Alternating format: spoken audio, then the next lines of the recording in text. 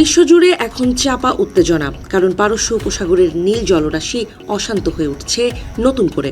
Hormuz প্রণালীর সংকীর্ণ জলপথকে কেন্দ্র করে ইরান এবং যুক্তরাষ্ট্রের মধ্যে যে নতুন সংঘাতের বীজ বপন হয়েছে তা এখন বিশ্ব অর্থনীতির জন্য এক অশনি সংকেত হয়ে দাঁড়িয়েছে। সম্প্রতি ইরানের পার্লামেন্টের স্পিকার মোহাম্মদ বাঘের গালিবাফের কণ্ঠে যে সুর শোনা যাচ্ছে তা পরিষ্কার করে দিয়েছে যে তেহরান এখন আর কোনো ছাড় দেওয়ার মানসিকতায় নেই। যুক্তরাষ্ট্রের সঙ্গে সই হওয়া সমঝোতা চুক্তি যদি যথাযথভাবে বাস্তবায়িত না হয় তবে ইরান যুদ্ধের জন্য পুরোপুরি প্রস্তুত, এমন স্পষ্ট হুঁশিয়ারি দিয়ে পুরো বিশ্বের কপালে চিন্তার ভাঁজ ফেলে দিয়েছেন তিনি।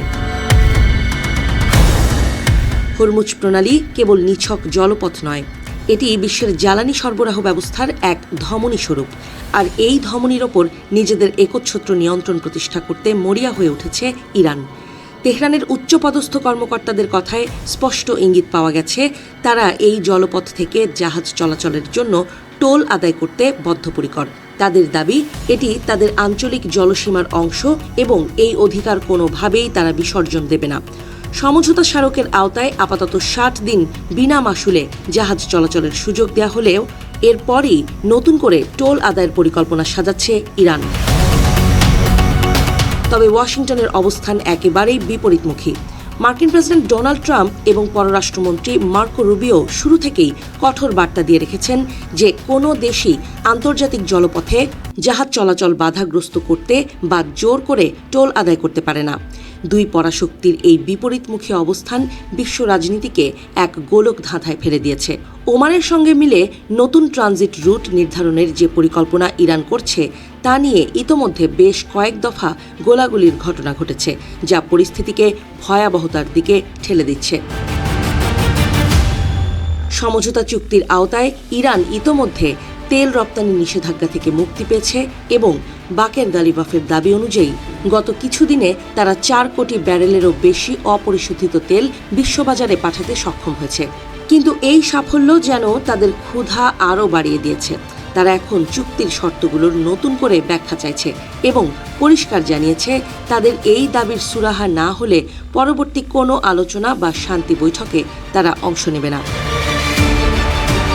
বিশ্লেষকদের মতে ইরান এই মুহূর্তটিকে তাদের জন্য এক ঐতিহাসিক সুযোগ হিসেবে দেখছে। মার্কিন যুক্তরাষ্ট্র এবং ইসরায়েলের সঙ্গে সম্ভাব্য বড় কোনো সংঘাত থেকে বেঁচে ফেরার পর এখন তারা এই পরিস্থিতির সর্বোচ্চ সুবিধা নিতে চাইছে। এমনকি এতে আবারও যুদ্ধের দামামা বাজলেও তেহরান পিছপা হতে নারাজ। কিন্তু এই চাল কি খুব বেশি ঝুঁকিপূর্ণ নয়? সেন্ট অ্যান্ড্রুস বিশ্ববিদ্যালয়ের অধ্যাপক আলী আনসারি মনে করেন ইরান হয়তো ওয়াশিংটনের ধৈর্য এবং মনোভাব বুঝতে বড় ধরনের ভুল করছে। কোনো পক্ষই যখন হার মানতে রাজি নয় তখন কূটনীতির টেবিলের চেয়ে রণক্ষেত্রের সম্ভাবনা অনেক বেশি প্রকট হয়ে ওঠে। আর হরমুজের মতো স্পর্শকাতর স্থানে সামান্যতম ভুল পদক্ষেপও ভয়াবহ বিপর্যয় ডেকে আনতে পারে।